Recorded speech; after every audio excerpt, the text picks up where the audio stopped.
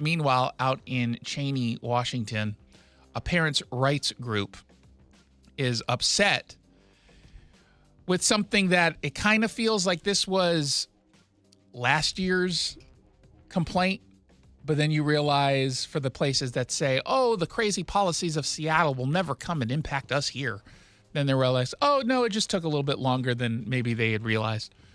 Because in the Cheney, Washington school district, they have a policy that allows employees to conceal gender identity from the parents.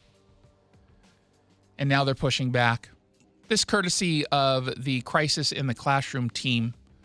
They say the group Parents Defending Education just published a report this week on the gender inclusive schools policy, which was adopted last year, but I guess only now started to get the attention of parents. And it allows the principals of schools or administrators to request meetings with any newly enrolled trans student or with any current student who changes their gender identity within the school system.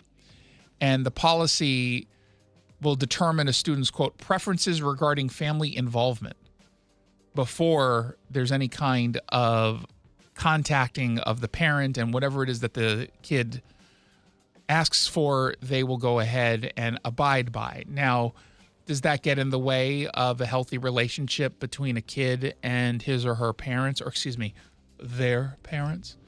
Yes, it does. Is that part of the point? Yes, it is. There is a belief by folks on the left, the radicals, because I don't think most Democrats support these policies. But there is a belief amongst radicals that any time a kid says he or she is trans, they are immediately a possible abuse case. And they believe that in most cases, a kid telling their parents about their gender identity or gender confusion will lead to some kind of abuse, which includes, in their minds, not immediately affirming the so-called gender identity that the kid has.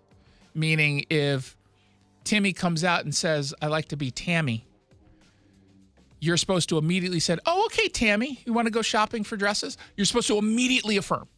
You're not even supposed to be like, wait, what? And if you call him Timmy, that's dead naming. If you dead name your kid, you will be dead to that school because they will accuse you of abuse, and they will do everything they can to convince the kid to not have any relationship with you. Now, of course, especially when dealing with young kids who are going through any kind of gender confusion, which I have to imagine is more likely now, given what certainly seems like an intentional strategy to confuse kids about gender.